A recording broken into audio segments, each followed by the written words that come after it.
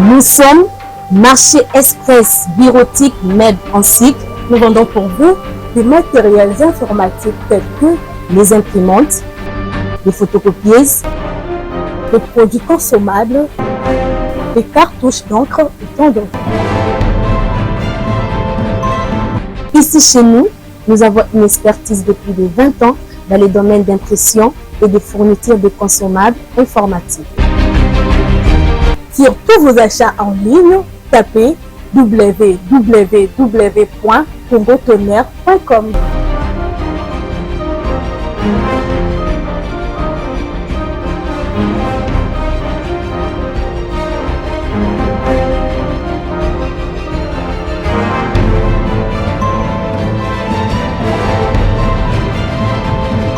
MEB, c'est vraiment un marché informatique. Commandez aujourd'hui, réceptionné dans 24 heures, stock disponible partout en République démocratique du Congo.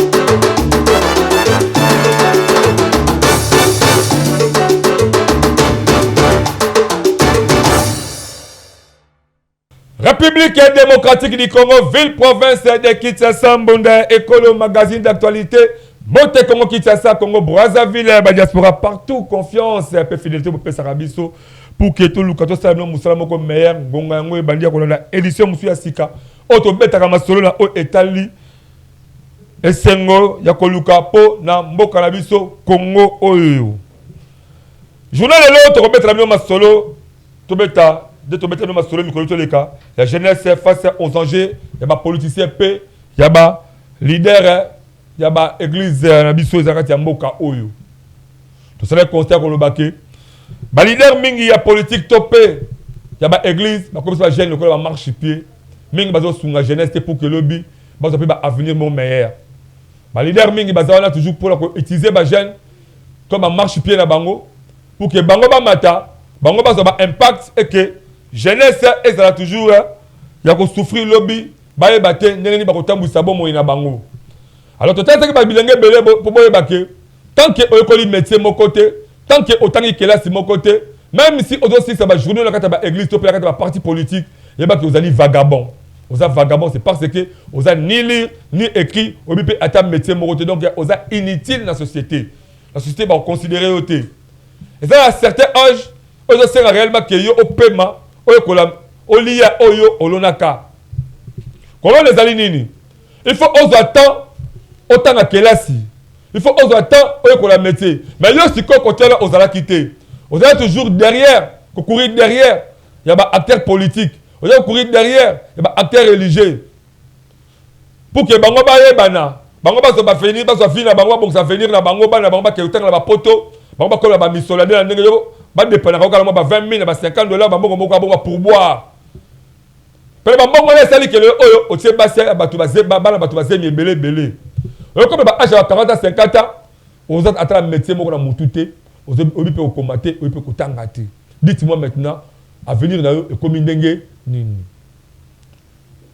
Tout ça ko interpeller na ba politicien mingi na ba leader na ba église bo ba ke il faut bien que le premier acteur de développement au Congo.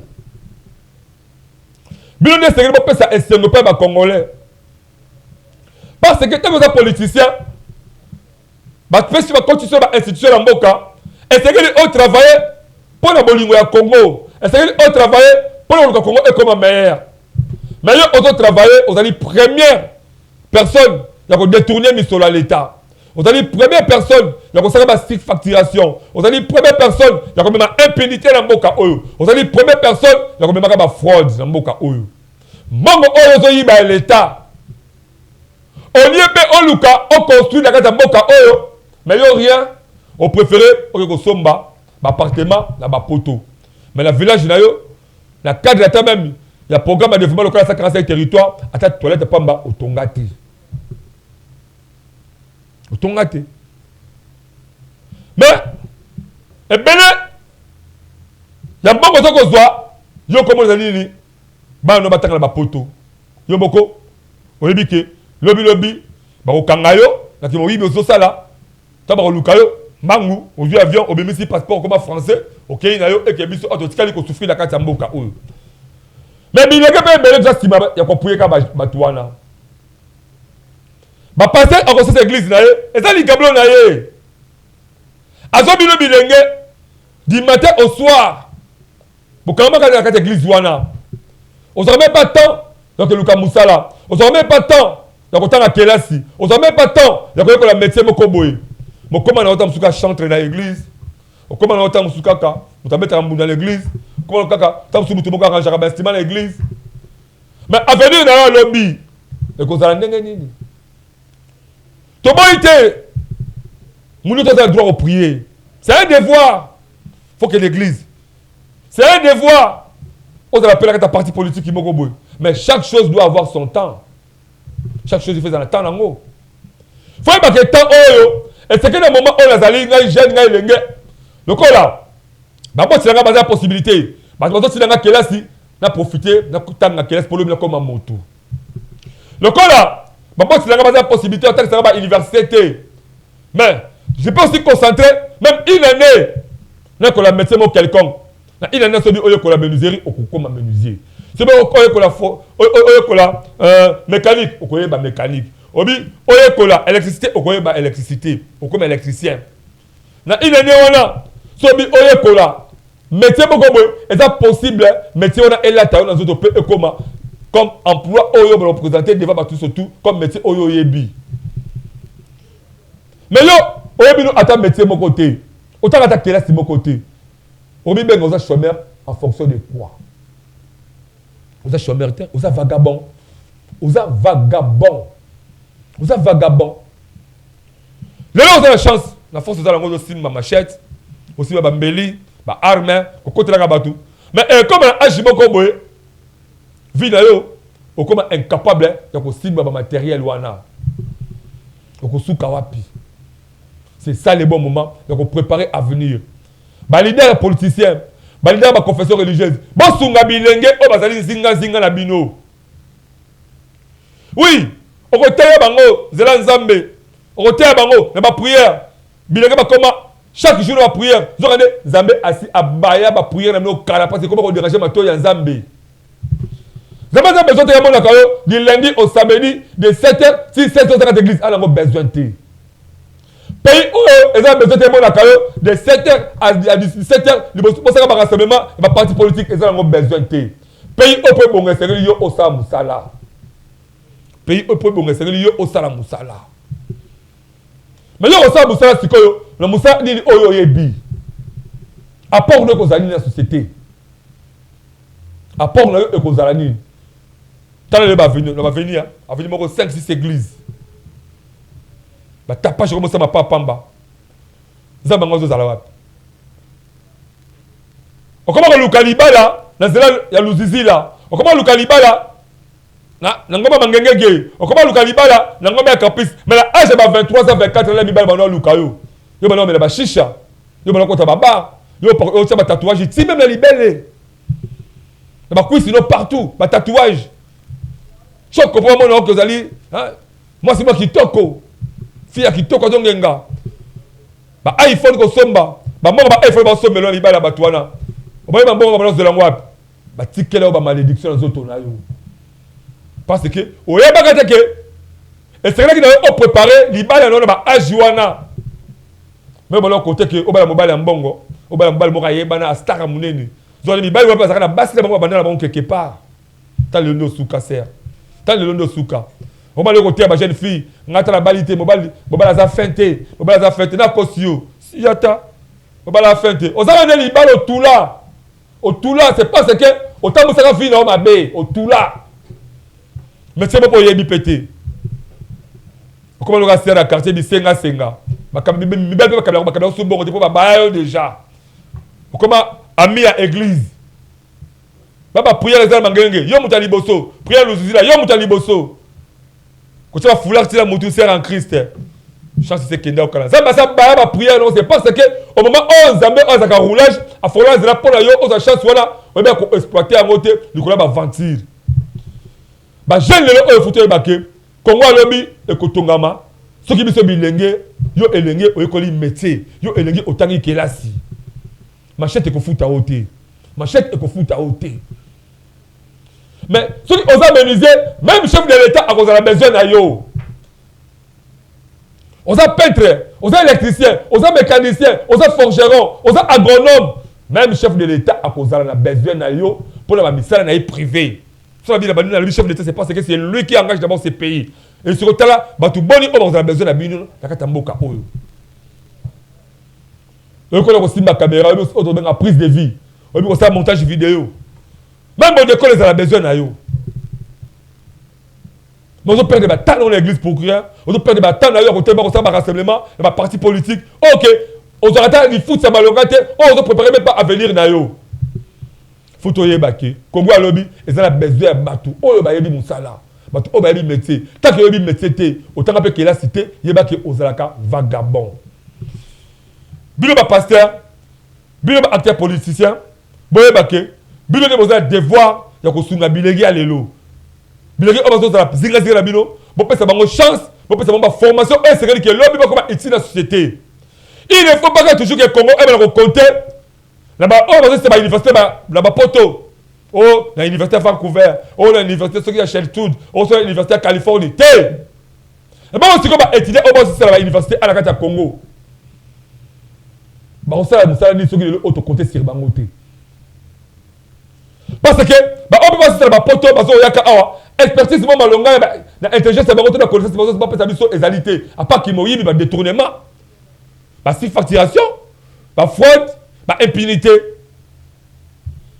tout m'appelle mais fort na bangote tout peut sa chance la expertise locale parce que on va savoir l'université la biso awa ba capable la ko relever ba défi mususu oyo na to zoye ba te oyo na to kokate. Maman moko baté ka ndunda atika makala papa mo fonctionnaire enseignant moko boy anyo komi atangi 6 mois na passe 6 mois la komi le licencié mais l'état congolais azo zo mona na valeur té azo intelligence mona na valeur té azo pese musala té azo contrôler ba obazo talibanda. Pourquoi ingratitude wana? Pourquoi différence wana? Pourquoi deux poids deux mesures? Tu peux sa chance. La bilingue au bazo si ça va ça bango à la carte Congo. Tu peux sa chance. Là-bas, technicien au bazo ça bango à la carte Congo. La bilingue va ça pour que bango peut ba comme ba responsable parce que ba sunga ba mabota ebelé. Centre de formation médias indépendants, ils ont des fonds de chance surtout beaucoup plus là-bas acteurs politiciens, acteurs il y a confesseurs religieux ebelé. Bon ça bilingue on a aussi 10 personnes, on a bango pour le journalisme, ba la prise de vie, tout ba la monteur vidéo, bon peut ça bien ba prime encore réduit. Tout l'endasement publicitaire, centre de formation médias indépendants et on réveille sa prise c'est pour que tu continues édition la biso na matière qui te ko auto c'est parti la régie. Voulez-vous apprendre et devenir journaliste? Les centres de formation médias indépendants procèdent au recrutement des nouveaux candidats pour une nouvelle session. Que vous soyez diplômé d'État, homme de Dieu, docteur ou qui que vous soyez, les centres de formation médias indépendants met à votre disposition les filières ci-après. Le journalisme, la prise de vue, le montage vidéo. N'hésitez pas de nous rejoindre car ici, la formation se donne avec les professionnels des médias. Chez nous, c'est de l'expérience et du professionnalisme. Nous sommes les centres de formation médias indépendants. Pour tout contact, appelez-nous au plus 243 83 053 97 27 ou au plus 243 89 81 81 097. Je répète, au plus 243 83 053 97 27 ou au plus 243 89 81 81 097.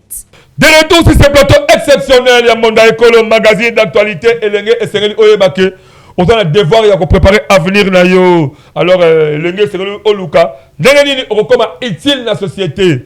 elenge esengeli oyeba ndenge esengeli oyeba métier moko boye eko permettre lobi avenir na ezala kitoko elenge esengeli oyeba ke kokena ba étude nde ko permettre lobi ozala mutu oyo akopesa esengo na kati ya Congo oyo elenge esengeli oyeba ke eza possible o créer ba emploi o créer ba emploi liso oyebi ata métier moko boye o ça atelier na moi menuiserie o ça atelier moko ya mécanique on ça atelier na yo il y a ajustage parce que on ajusteur on ça peut même atelier na yo eko permettre que on former bana ba peinture bana ba ko ba ajusteur parce que yo oyebi déjà musala wana il ne faut pas qu'on perde de temps ya ko zala vagabond bien ko za délinquant c'est parce que vie na yo et donc zala sombre le sikala c'est que oyo ko parce que ceux qui osent le agronome c'est possible même bato belé ba luko pour que quelque ça là ba ferme na bango donc c'est ça le bon moment où elenge esengeli o battre la chance là aux moi aux mobali c'est ça le bon moment où esengeli au préparer avenir na yo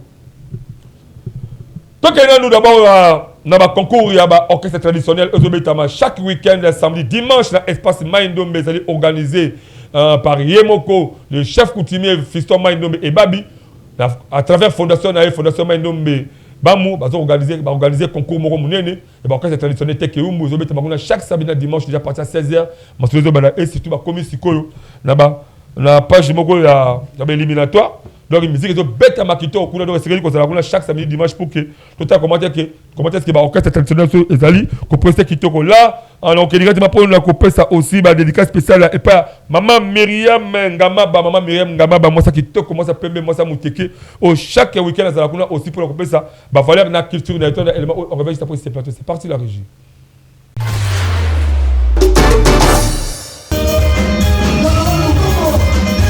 Ezaka Kasekoina avec impact na idéologie de Konanga ya Congo tunanga inini boyebake masolo ya concours ya ba orchestre traditionnel oyo eza organisé na fondation Maindombe Bumu eza se ko continuer avec impact na idéologie bosimba ete mokolo ya samedi pe dimanche ezalaki opesi mbwa aboyi boyebake si orchestre traditionnel ne eprestaki kitoko liboso ya ebele ya population oyo bautaki de partout pour que baya kopesa ba valeur tope baya ko accompagner ba orchestre bango kitoko ba orchestre ebeta kitoko musique traditionnelle teke ezalaki vraiment en hauteur ndenge kaka boza koyoka pe boza komona na ba image oyo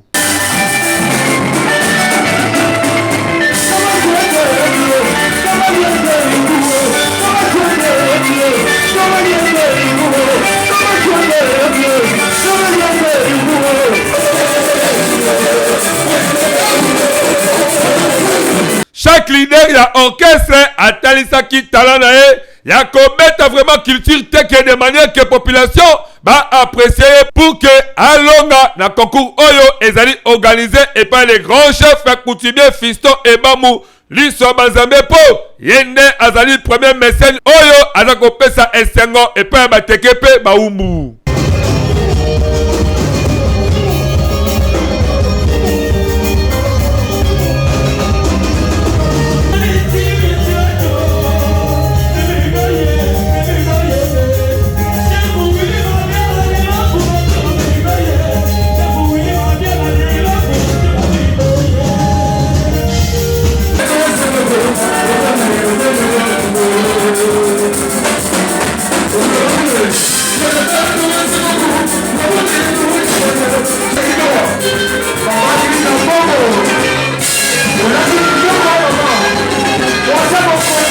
Population oyo bayaki wana avec idéologie kaka bayebi ke consommer trop pour que orchestre na yo et maximiser ma chance ya ko gagner concours oyo babeti musique kitoko loyembo kitoko et bongo côté ya mabina kuna kutu en tout cas mutako sabino te population pe na ye moko les grands mécènes les grands chefs coutumiers Fiston et Bamou bakataki loquette po na kopesa esengo na première édition ya concours oyo.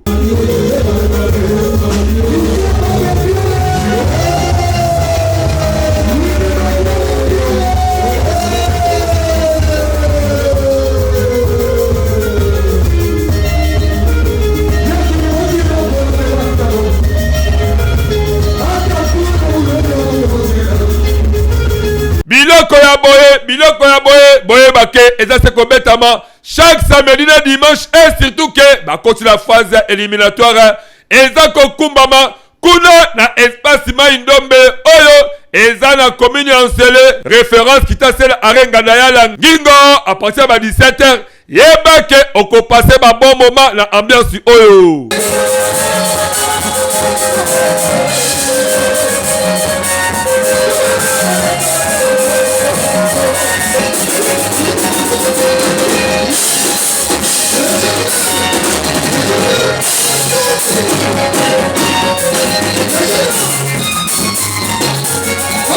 Bisombolda ekolo en tout cas te souhaiter que ma bonne chance na oyo a commettre la musique qui te copé a consommer un mingi pour que a gagné kanyotu munene oyo les grands chefs coutumiers Fiston Maindombe et Bamou Atiali Bango nyonso oyo na cadre ya ko valoriser ba orchestre na biso traditionnel pour que bango pe bazala na esengo ya kolobake bazali réellement conserver culture ya ba congolais na nyonso to beteli kaka bango mbonda pe to fuli bango mokako soa.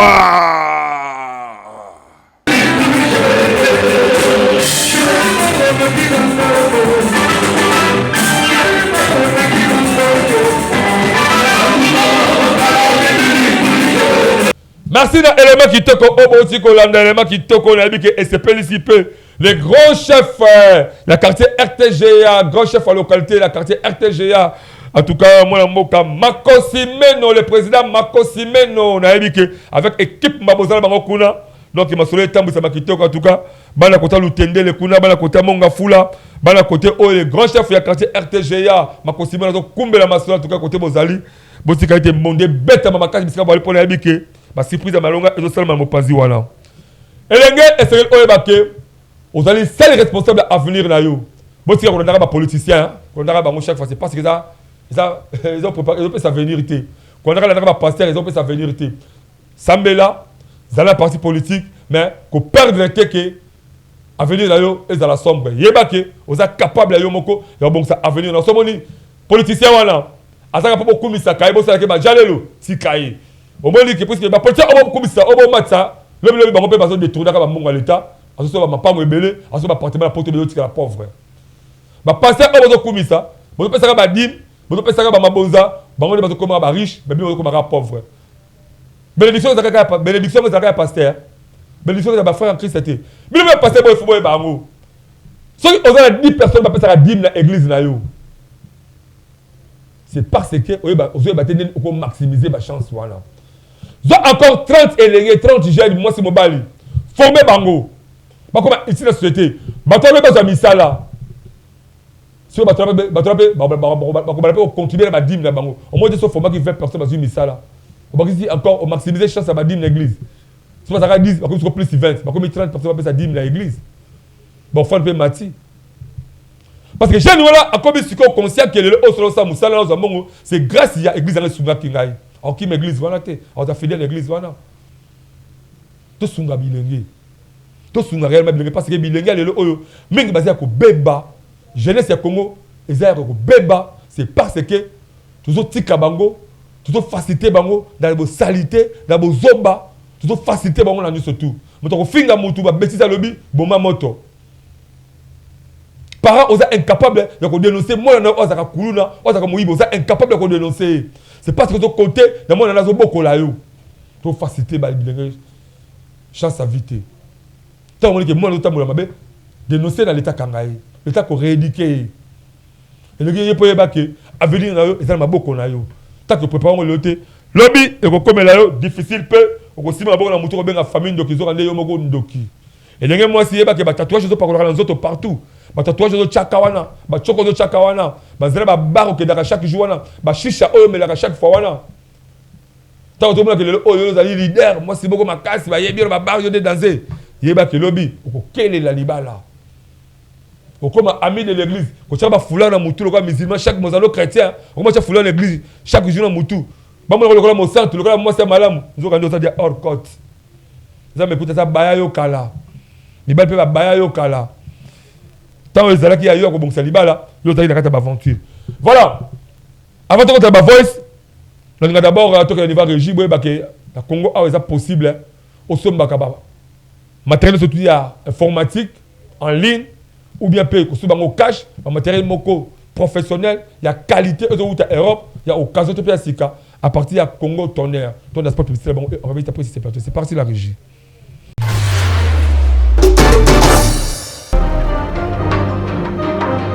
Nous sommes Marché Express Bureautique Med en cycle. Nous vendons pour vous des matériels informatiques tels que les imprimantes, les photocopieuses, les produits consommables, les cartouches d'encre et tant d'autres. Ici chez nous, nous avons une expertise depuis de 20 ans dans les domaines d'impression et de fourniture de consommables informatiques. Sur tous vos achats en ligne, tapez www.congotonnerre.com.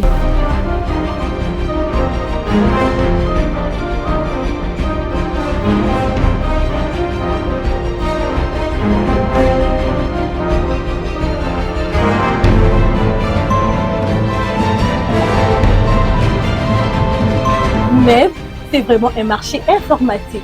Commandez aujourd'hui, réceptionné dans 24 heures, stock disponible partout en République démocratique du Congo.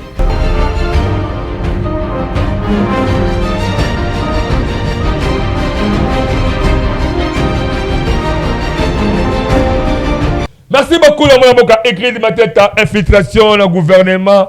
Félix Tshisekedi azozanga ba collaborateur ya malamu lokwa Joseph Kabila lelaka pe ba tracasserie et l'équipe na commune ya Makala ezali parmi ba voice auto sélectionné na édition sur mon kalulu to na ba voice oyo. Ouais papa nanga l'émission bonda ekolo papa na ekolo ba pona makambo ezoleka na mboka na biso nde nasali audio oyo papa tozala Congo oyo tozala le seul pays oyo nzambe apesa biso ba congolais yango oyo biso tomeka epe kokende koluka tokende Angola tomona Angola alingaka mboka na ye biso mboka na biso a partir bazwa ba trahison ba infiltration ya ba étranger ba tcheli biso la ba institution yango moni mboka na biso za ko sala boye président Fati aza ko bunda aza ko mouiller mayon congolais o nyonso aza conscient azo mona effort moto abatazo sala mais entourage na ye Kabila lelaka 15 personnes Nani Fati akolela de fils que 10 personnes parce que aza na bato la tie lokola baza ba 5 6 Bemba Liao nani Mutamba o bazo kolinga ba boma ba pendre na Korus na un peu ba Gifo ba Dudu Fwamba na ba misusu wana un peu ba mama bazai ba Fifi Masuka baza ba 10 penate koleka 11 12 likambo ezoleka wala ezali question ya Congo meza na bandeko misusu ba commission lokola ye azali président institution moko boye il faut akoma la tribalisme pona batu na ye yo ozali nanu une autorité oza au dessus okelobe la province na yo ezakate bino bakambo ezosala maboye lelo sera Mobutu mais bozala la mboko te bozala te na ba démocratie na bino lukuta ya ba miyibi wana bazosala wala mais bozala te parce que tant komi député même si oza député à Kalamu c'est-à-dire que ça mobimeza na charge na yo okolobela ka Kalamu te okolobela pe bumbu okolobela ngaba okolobela ngaliema mais oyo tozomona lelo mutu bataki baloba likambo boye olobi solika musolobi owelisia osolika mususu abatu na yo ozobombi infiltration ya étranger expatrié nyonso politique toyebi bino. Papa Mundekolo, bonjour, bonne santé. Alors, moi, je peux côté l'Israël par rapport au Tali Kakaseri na Makala. Kana tongo lelo. L'état santé on a bêté la kaoba na ko soumettre wa problème pas na bino na Tali Kakaseri na Makala. Eza par sentimate na wasa na quartier Bagata. Entre Bagata na feed Kakaseri zo le kana ya masekiti. Kaka na tongo lelo ba FARDC. Moi, j'attends ko filmer ba on a te poursuivre ba moni.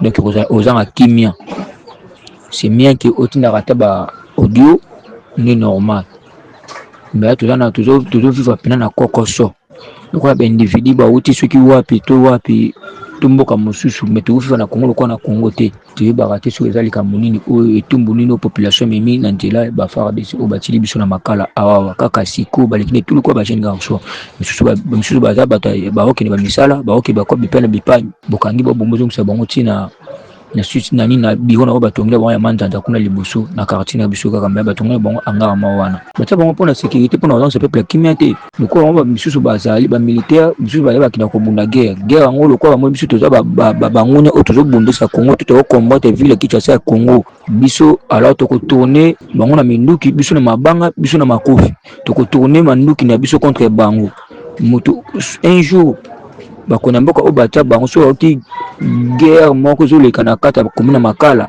alors basu ba biso mabete bakite population na mabete basu ndi ba elema na bango batinda awa lokola pona kota la paix pe kimia na kata makala. Bonsoir papa Mbonde Kolo, bonne santé. Bino nyonso basali Mbonde Kolo na silke boza bien par la grâce de Dieu.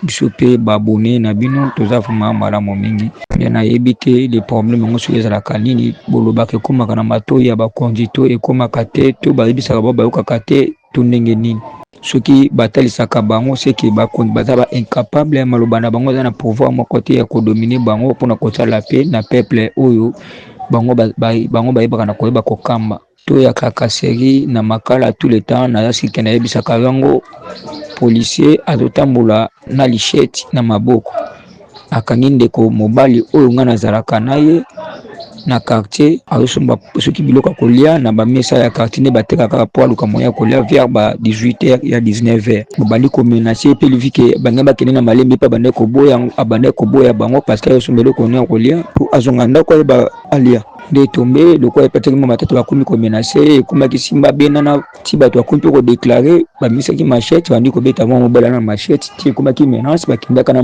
mona mobala ngo ba comme na bureau ba osenga 100,000 francs toujours kende ti wapi de konanga moko mobile ba kangi azo se soulager na pene ya kalam vers 20h mukolo makasi donc ce ko bota minga ko ya pela ba 5 bana alors ba kangi bakinaye wana ba FARDC bakinaye to kinde ti wapi bakompe kuna ba lesu mbongo 50,000 francs toujours kinde wapi mboka oyo toujours yebate mboka ngone kana ba difficulté toujours lia na passe to nyonso na passe.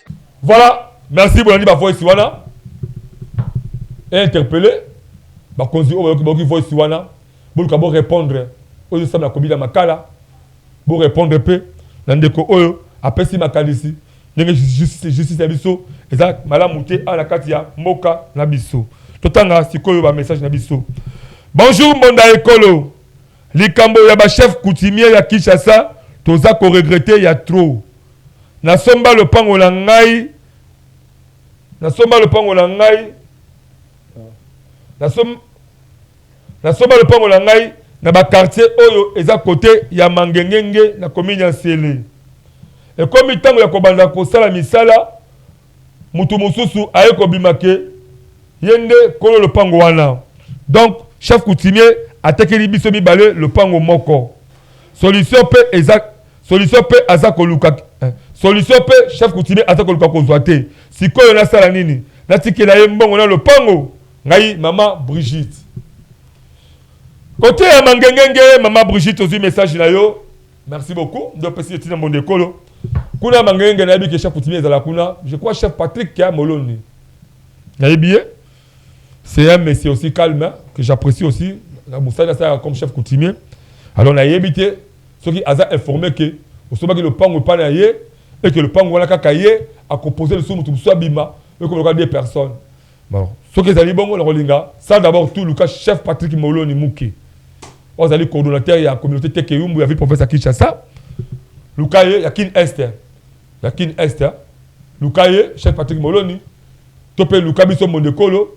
Bengabiso, topé ce numéro nae, au contact nae. Bokita nae, a quand même, on a fait le pangwala.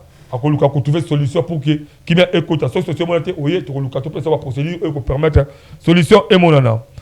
Mon école, bonjour. biso somba mapango na bingi bingi epai ya chef oyo aza sikoyo kombo na ye Willy Mabiala mais toyoki ke baza kolongola ye est-ce que oyo akoya akomemela biso lisusu mobulu te po bango ba chef coutumier soki bakomi na pouvoir bakomaka kobotola ba mapangu ya bato makambo na bango etali biso te biso toza population bakomisa biso bakotisa biso na ba conflit na bango te pardon ngai frère Jonathan likambo ya bingi bingi jusque là bingi bingi ezali occupé na chef kaka semoko chef Willy Mabiala ezali chef ya bingi bingi oui chef Platini Mwelepe na mopazi na pas au bunda po aluka akota kuna na bingi bingi mais jusque là l'état nous a autorisé l'état a tika ba kamole va dans bongo l'état est bien moderne à ça mais chef a outa d'abord la famille chef pas outa l'état chef a outa la famille chef a outa l'état actuellement tu dis que chef Willy Mabiala nanu na oyo ba mapango to sera ba chef coutumier ba compter sa population esengo ba chef coutumier ba to sama rapport na bureau l'état pas à tout moment te le pango mo la deux personnes to yoye obotoli baninga mapango sera sombaka mabele les sols et les sous-sols ça ko appartenir à l'état chef aux gardien mabele wana il ne faut pas beaucoup ça mabele ko ba commerce et ko permettre la population ba na ko souffrir ezala esengo te bonjour bonda ekolo Bamabulu oyo ezala ba sotu mouton ya Pascal. Est-ce que l'État congolais a ça comme on a noté? Ministre de l'infrastructure nationale na provinciale. Misala nini peza baza kosala? Nini eza kozanga ba député basala motion contre bango? Bamabulu eza trop na ba sotu mouton ya Pascal ba sena ministre ba ministre de l'infrastructure ya national na Alexis Guissaro ya professeur on a eu pour tout le monde Moussa à ça la visité na habité ministre moi ça Moussa nina parce que infrastructure na habité na habité na naté mais moi beaucoup Alexis Guissaro na kata gouvernement soumis non mais ça les bela ko sala mabulu minga mo tete ba mabele bo ba mabele on le baluka bo kanga ba bo ça passe paradra bo zipika ngo libela bi bo ba mabele les ba voulait ko beta encore papa Sonia Bakini habite ça 7 jours ya mvula mboka oyo ça beti beta to habité mabulu bo tete soki ekosuka ndenge nini. Bonjour bonda ekolo batu bayibi mbongo na mboka oyo baza trop baza pe kotambola na ba jeep awa justice aza kokanga bango te misusu baza ba député mais baza calme bamoni kaka constant muta mande mutu esengeli bamoni kaka constant muta mande mutu oyo esengeli bamonela même ba Rwandais baza ko sepela ndenge Constant Moutamba aza menacé la justice ya République démocratique du Congo. Babi que même Rwandais bazo se prendre dernière justice ya Congo, ils ont menacé Constant Moutamba. Likambo oyo il faut que chef de l'état Félix Antoine Tshisekedi Tshilombo alo bapo badoki ya RDC baza ebele balingi te batu ya malamu basala misala na mboka oyo. Voilà. Likambo ya ministre de la justice Constant Moutamba donc je crois réellement que il ne faut pas ils ont compte moko rendre la carte ya dossier wana. Oui, mon autre ça m'a bien dans malamu na épée. Mais est-ce que la justice est réellement ils ont da Constant Moutamba pour moniquer détournement ou à sali ils ont la carte de masolo ndenga malamu. To limiter dans la bâtiment battre mais c'est pour que même Rwandais ba se prendre justice ils ont menacé Constant Moutamba. C'est comme si ils ont dossier sous politique d'assez eux ça là que bato ba lingi était pour ba intérêt na bango l'autre boyan on les photos de la justice moko équitable eux permettre que Congo et matériel tout le baquet justice madame de tomola kamboka. Bonjour mon écolo yango foire topé fikin depuis ekufa la première et deuxième pillage chilelo ba régime ya ba pouvoir eza kokota main ata ministre mon côté aza kolobela yango to kanisa kike lokola Félix Antoine Tshisekedi Tshilombo a vu pouvoir paix lokola aza mona limité à kota la masolo nango mais mawatro kaka sikoyo eza kosenga nani po azongisa fikin tobenga kaka Yezu aya po fikin ezonga voilà ba gouvernement fikin wana ezali peza centre mo commercial makasia ba bote na kata Congo o la kata ville pour faire Kinshasa ba bif foire wana eza ba kermesse de limite ba kermesse de milliers fois de kufaka l'état congolais ba gouvernement les kaka de ndenge ba régime de changer pourquoi pas besoin penser que foire wana zo ndenge zalaka foire to monaka tubi foire to tagi au côté ba pavillon au comment la Kasai était mais à partir de fois au moni diamant à partir fort au cuivre, à partir fort au cobalt, à partir fort au manganèse, parce que j'ai caminé ça va pavillon en haut. Mais ben ça va pavillon en haut. Pourquoi pas fort que zone des alakati? Babi même chef de l'État, aux amants la liberté, parce que compter sérieux, tant que moi la liberté, il faut on a bien pour qu'on t'appelle fikir. Un chef de l'État. C'est tellement l'iscoute, pas t'aller sur ta foire quoi. Bah qui bazone la zone ça dans foire. Et ça me rappelle moi, c'est un mini akoleka. Bonda école, bonjour, insécurité, oh, et ça la séléma au pardon, pardon, bolukelango combo. Ce qui va causer bâtir misouté, mawa, biso, mawapo, biso moko population, tout banda ko s'en charger, na ba un civique wana, et à la civile, policier, tout peu militaire, tout banda, aussi la nana bango po koboma, ko violer, pe kobotola eleki makasi. L'État congolais vous dit comment est-ce que tout ça interpellé. Moi en boka Jacquemin Chaban, il ministre national, il y a intérieur yebake population la ville professeur Kinshasa, bata ko lela, babi que na Selema vraiment insécurité eleki makasi, ministre provincial atali, makama insécurité, ministre intérieur wapi hein? Ministre professeur intérieur wapi yo. Ozo mona na te, vous êtes visible. Il y a sécurité comme quand Jacquemin Chaban. Quand Jacquemin Chaban, c'est le ministre provincial, il y a qui ça? On a une matière intérieure, quand on a un chef coutumier. Ah, ça vous avez démissionné, parce que quand c'est chargé Jacquemin Chaban, il y a un qui est au côté. Bonjour, mon écolo. On a tra Azakobuka, banda qu'on a biso na masina. To soma ba parcelle wana et pas y a l'État. Si on a tra, et ça la privé, to y a l'État. Pour l'État andimaka kozwa bambongo na biso na ba espace wana. Question mo kito quoi. L'État moyidi, l'État moyini, l'État moyibi, l'État ndoki. Yo l'État oyebi ke 15 mètres na rail l'espace wana ndako ko tonga maté. Mais yo l'État odimi otekela ba parcelle bisika wana. Yo l'État oyebi ke aux environs même zinga les espace beaucoup vert. Mais yo l'État au début qu'on a un bon abattoir tellement passer de Sikawana. L'État moyibi. Yo pe population. Mutu na yo, balongo ba fongola ba vis est desserré. Elle desserré. Vous avez maillé les mouké na mutu na yo population. Oyebi que Sikawana voulu ou pas un jour l'État a détruire banda ko de Sikawana. Mais yo au préféré au Somba et Sikawana. Yo au préféré au Tonganda et Sikawana. Yo oyebi ke Sikawana mai etonda kasoki. Manjili, mai utiba Congo, manjili fond wamaka. Partout dans tout l'état l'ingate mutafana c'est parce que manjili est débordé comme mabatu. Mais yo au préféré OK ko tonda ko fana zinga na libota na yo. Le oso le lani. Ozo le lani ni sikoyo. Yo mo population, ozanga ki maile na mutu na yo. Alors perdre mbongo na yo. L'État congolais est l'État beaucoup responsable. Dans la bande de Kouana, Lukadi ne pas bon solution. C'est parce que y a qui bambon na bango. Pesa bango solution. Parce que para bazala mabota. Pesa bango solution. Y a qui bambon na bango. Bonjour mon école to sepela kana musala na yo makasi po olobaka ba vérité. Tolingi pe to mona. Tolingi te to mona ba sombi conscience na yo po obebisa musala.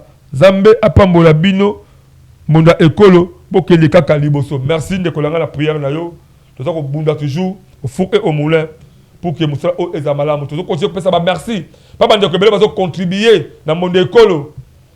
To kele ba matériel l'autre a besoin ba caméra. Tu as besoin plateau obozo mona. To sa mi sala mine na ta plateau oyo. Tu as besoin de largir mi sala biso. Mais toza nga ba possibilité. To sa bande ko ba mutema ma balinga monda ekolo bo contribuer. Le numéro orange wana ezali orange mani sur tellement muké ezali tinde sota to ça malamu au pas moni il y a contribuer na matériel même aux niveau potu ba ba chaîne YouTube na biso sunga biso ba matériel et ko ça biso moniko loto kende liboso voilà page rose à to salango mieux vaut tard que jamais petit nanga achète imilate ça mieux vaut tard que jamais c'est même les alliés yo vous avez roi c'est même que kwanga bongole pilipila kubweta taba champagne et maintenant qui besoin continuer comme la pose parce que zali semaine numéro aux zali roi joyeux anniversaire na Achède Milatesa Soda Yamakasi. Merci tout l'élément où écrit Mateta a proposé les pour nous Achède.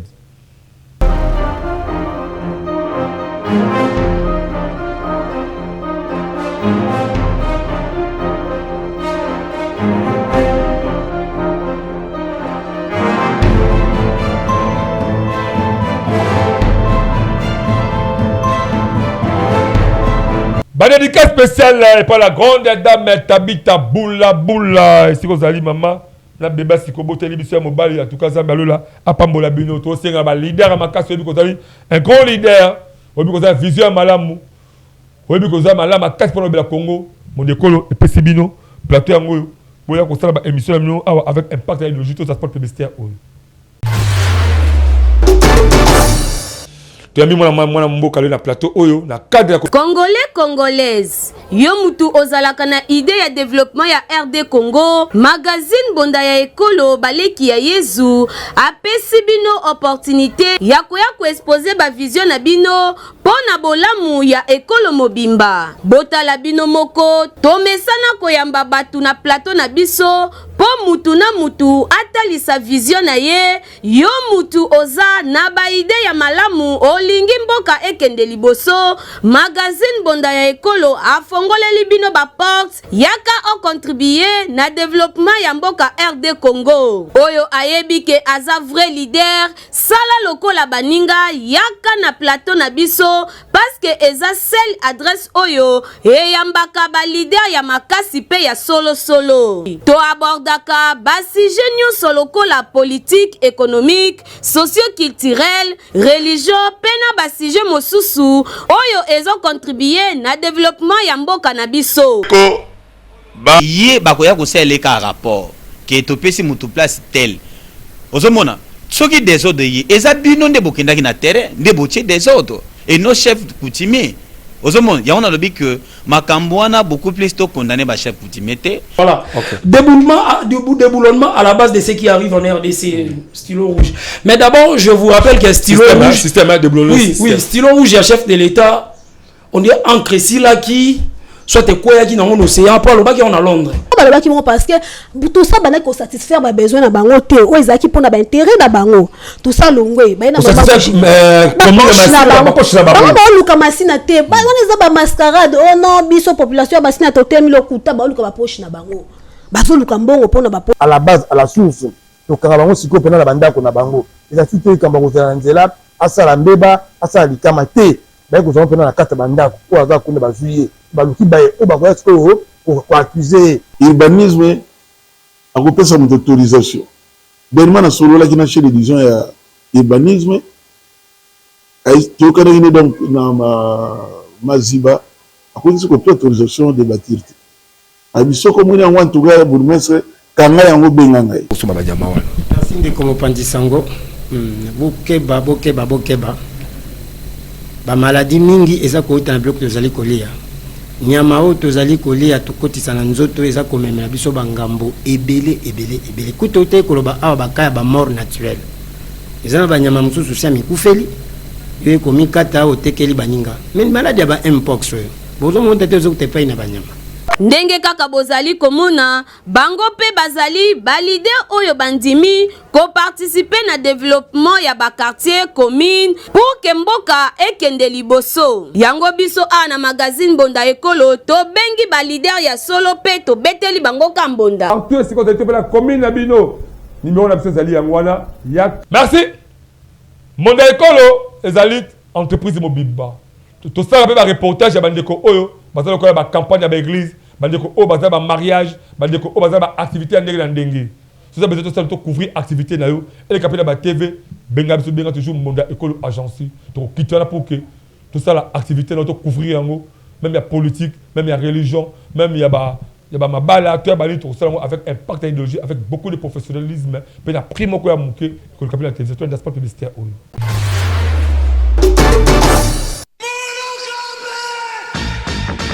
Bana Congo Kinshasa, bana Congo Brazzaville, yo mutu olingaka ba activité na yo eye bana na mokili mobimba.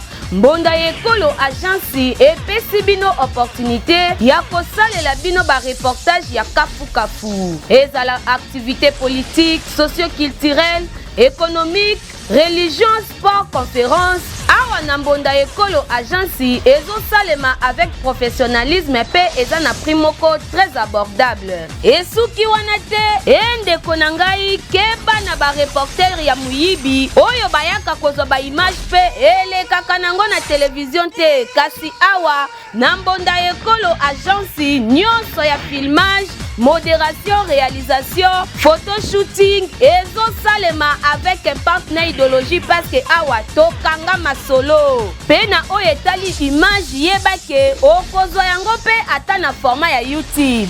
Olingi oyeba bisika tozali benga biso na plus 243 89 81 81 097 na bandeli lisusu na plus 243 89 81 81 097 Nambonda Ekolo agence nyonso ya reportage ezosalema kitoko avec professionnalisme et yokanio. Voilà, nous sommes arrivés au terme. Édition sur mon collègue interpellé qui beaucoup plus ma jeune qui suite et fin. Il y a si j'ai mon bloqué big ba jeune boy ba que Congo le besoin dépendre de effort au fournir les lots. Tout ça maïle, tout ça ba marche piété ba politicien, tout ça marche piété ba pasteur mais tout ba que lobby na yo et ça na maboko na yo.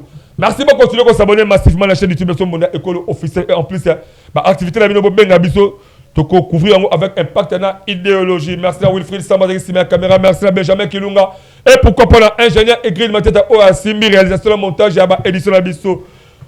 Allez voir la présentation, on se retrouve prochainement à l'édition sur la Sikasso Collège à Zongité. Je vous aime beaucoup plus, bye.